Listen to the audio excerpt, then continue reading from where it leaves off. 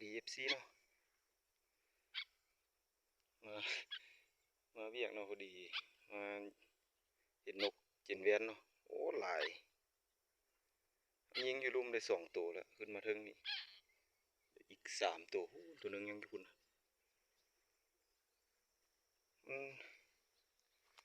มันกินแมงไงบ่เนาะว่าหลายๆก็มาเวียกฮอดประมาณ12 โมงยังเลยนะนกเลยขึ้นมาทางนี้มาอ้อมของการกินแมงไงนะยิงอยู่ประมาณ18 เมตรนะพลาด3 ตัวแล้วตกแต่ว่าศอกบ่เห็นนกอย่างเจนเวียนด้วยกันเนาะตัวนี้ตาลเข้ม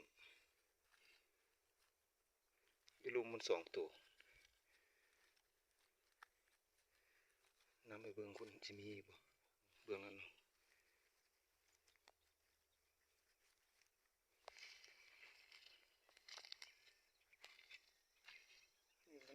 มันเล่นน้ำปลา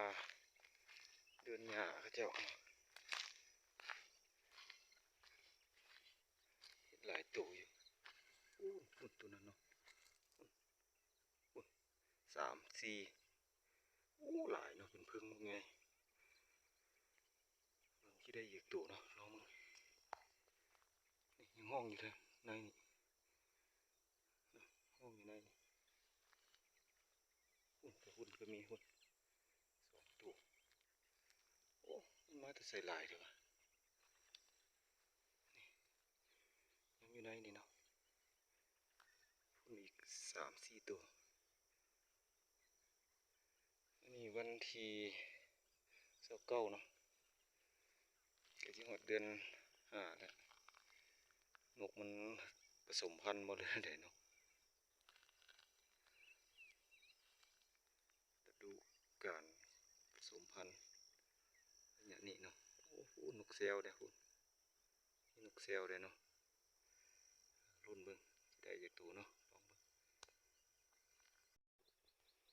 ลองเบิ่งยิงนกแอ่นตัวหนึ่งเนาะจับอยู่ไม่แห้งตัวนั้นตกลงแต่ว่าคือจะบ่ตายเนาะยินเสียงห้องนกขวกตัวนึงเขายิงอยู่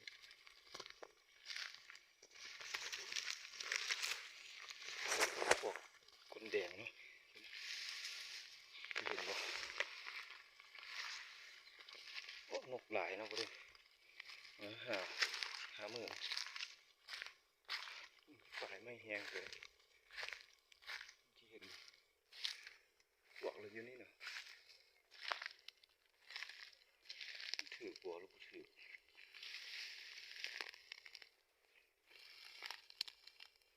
คือได้ยินเสียงคือจะถือดาบขึ้นไม่ล่าจันเนาะบ่ถือสมบูรณ์จ้ะมันมีบนกายเนาะถือแท้ๆตึบเลยนะนกแอ่นตัวนึง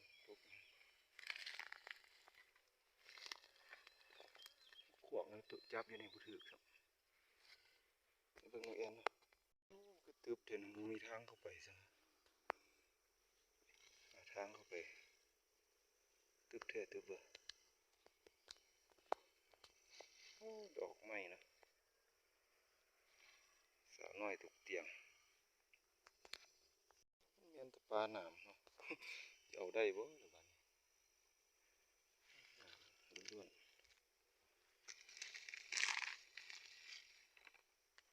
มากไปกินมาก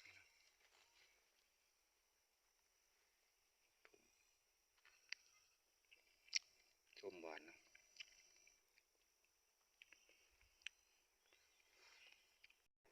น้ำลายพวกเนาะบ่ไปแล้วเนาะย่ามันเอาตัวนึงเนาะสองยิงเอาตัวไม้ซะเอาตัวมันง่ายๆก่อนมันยิงอยู่จุดนั้นพุ่นต้นไม้ต้นนั้นตกอีกตัวนึงละโอ้ยขึ้นมา ตัวนึงแล้วไปแล้วไม่เห็นมันนะมันอยู่พื้น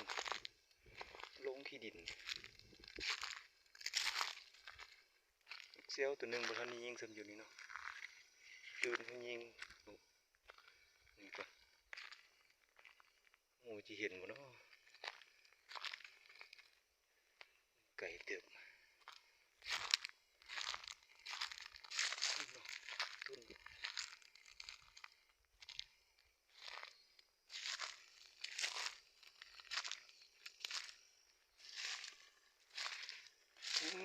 งานอีกแล้วเข้าไปได้บ่เนาะแบบนี้เนาะมันจะเคลื่อนน้ำบนยากๆเนาะหาทางเข้าไปก่อนอยู่มาถึงก่อนมุ่นมาจนเหยียบเอาเนาะนี่เห็นเลือดบ่เห็นครับโอ้ปืนมันจะขึ้นเทิงเนาะถึงหัว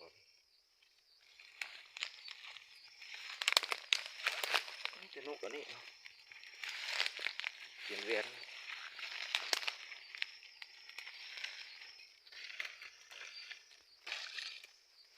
กาบไปห้องกาบเสือกาบ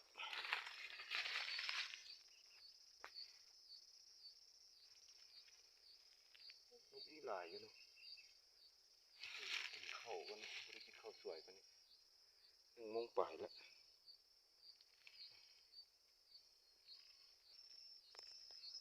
เลาะขึ้นมามันจะได้อีกถูก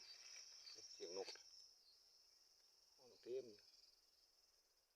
มืออื่นที่นั่นมาจอดแต่เศร้าเนาะมาบ่มีเรียกทางใดเราเลาะไปเบิ่งมีอีกบ่หลายได้เนาะมันยิงอยู่พุ่นเนาะพุ่นไก่ขอนไม้ตัวนั้นพุ่นเทิงพุ่นจับอยู่นี่เนาะออกแต่ขนจินเวียนเนาะขน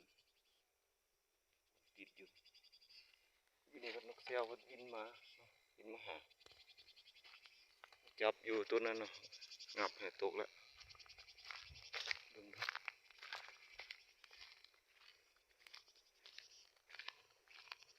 เซลตัวโป่งยิงนี่นกขวกแนวหนึ่งน้ำหลายตัวมาทุ่มหลายเทิงนี่ถึงไหนเอาหนามมาเซลมนเนาะ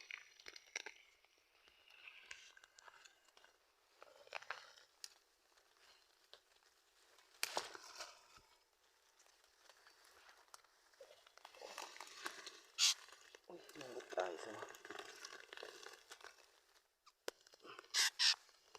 ตายครับ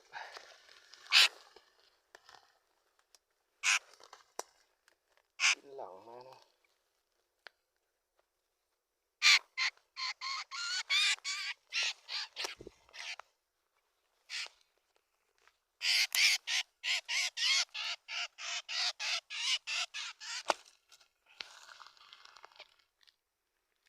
มุน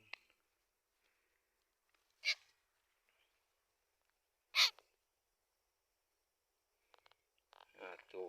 ใช่นะเป็น7 ตัวแล้วเนาะโอ้เสียก็หลายตัวเกือบยิงถึกแล้วมันก็อยู่ถึงก็ยิงดาดเนาะถือคักมันก็มีมันไกลยังหลายตัวเนาะนกเจนเวียนยังเป็น10 เป็น20คนเนาะ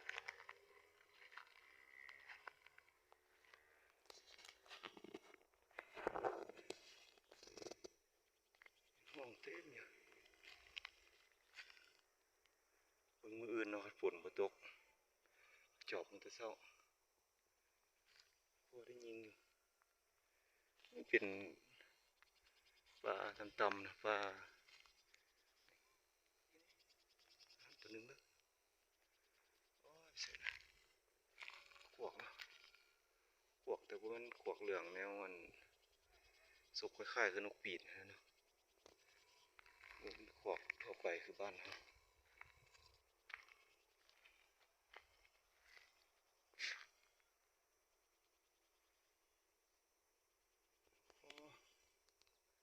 เสร็จแล้วน้ำมึกน้องปล่อยไปหลายนะมันได้ยิงยังอยู่ในมันยิงอยู่บนอีกตัวหนึงเนาะตกลงไปละยิงกายกับตัวไม้ตัวนี้50 ปลายเมตรลึกแล้วเนาะ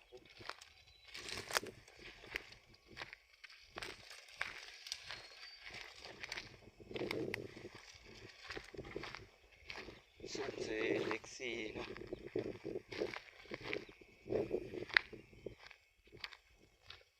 2 โมงยังไม่ได้กินข้าวมาหลายเกาะปลานี่ก็พอได้ยิงอยู่แต่มันปลามันต่ำพวกเอากลับมาหาใส่ถือดีนะกินยังไหม50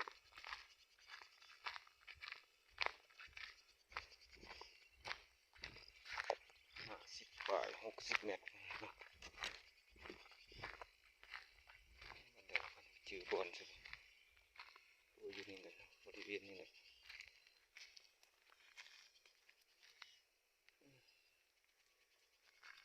2 คนโอ้อยู่พี่เนาะจือบอลได้แท้โอ้ยข้างนี้60 เมตรเนาะยิง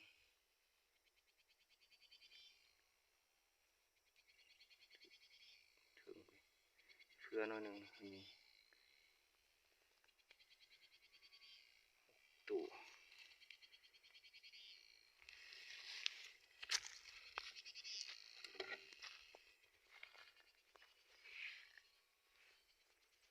กินข้าวกินอย่างแล้วเติมลมแล้วจะมาเจาะมันอีกยิงตัวหนึ่งก็อยู่นี่เนาะอยู่ต้นนี้เจิดลงมาลุมว่าได้ไปเสาะมันครับ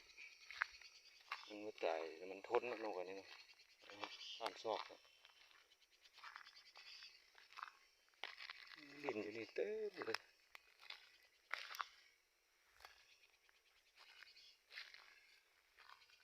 6 ตัวตัวหนึ่งเนาะเถิงลงต่ำพอนั้นอีกตัวหนึ่งเนาะมันไกลกว่าบินออกไปนี่เนาะจับนี่ประมาณจากเมตรนี่6-7 เมตรเนาะประมาณนี้ยิงตัวละยิงบองใบไม้นี่ใส่เนาะเอาไปเบิ่ง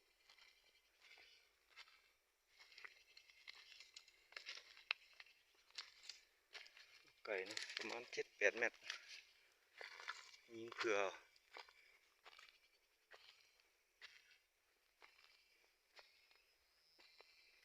เสร็จแล้ว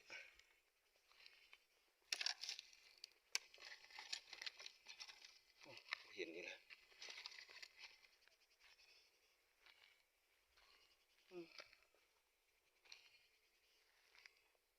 ตกใส่บ้าน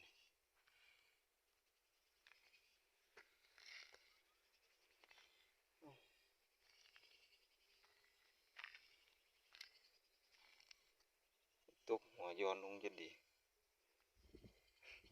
ผู้ตายแล้วเรียนเดือนละจับอยู่นี่นะ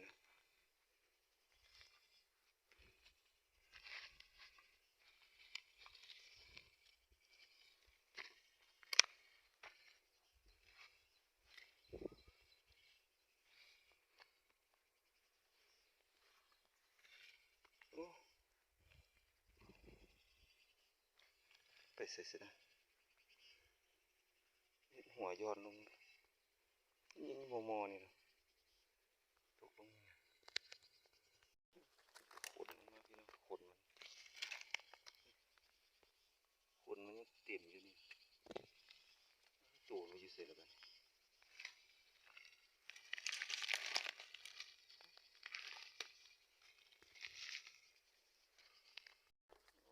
สอบบ่ถึงบอลคือมันตก จับอยู่มอนี่เนาะหอน5 เมตรซับ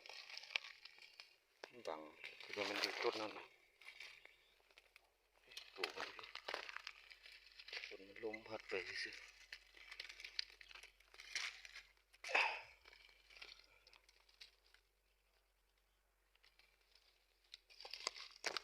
สอกถือบอลคือว่ามันอยู่พุ่นเนาะโอ้ยน้ำหลายหด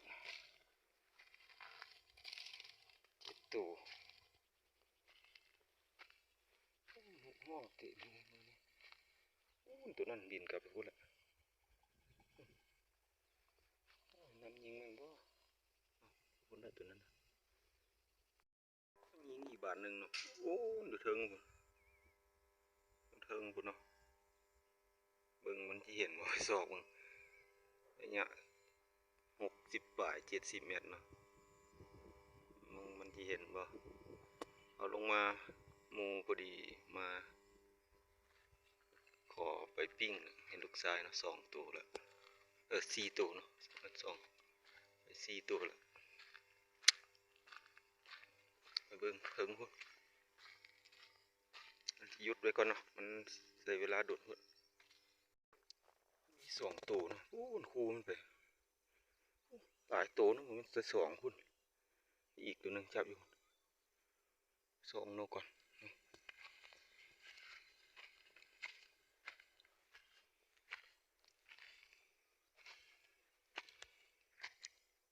เอ้ยน่าจะเป็นพุ่นเนาะแหนมอยู่รุมมันว่ามอประมาณ70 เมตรเลยเนาะนี่สิหัวกากระบาดสิหัวเลยอีกตัวนึงแหละโอ้ย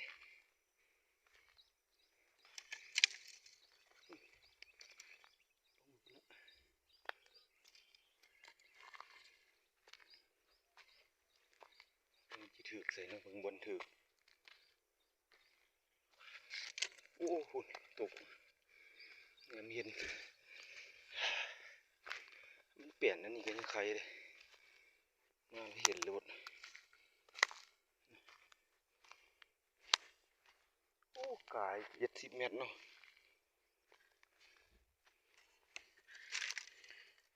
บางระยะโอ้ถือพี่เกือบบ่ถือเนาะอยู่โอ้เนาะ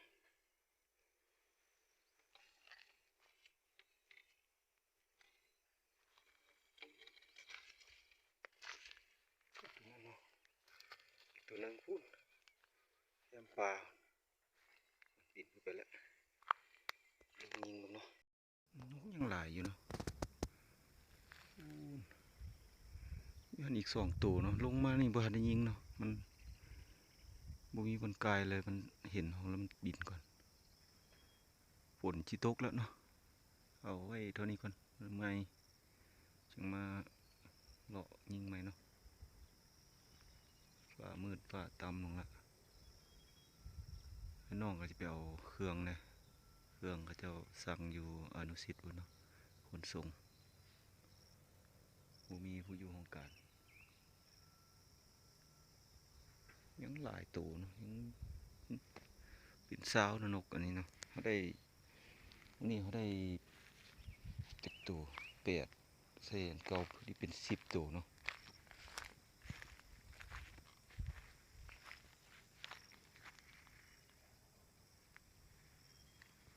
ขอจบคลิปเนาะฝนสิตกแล้วใจหลายๆเนาะ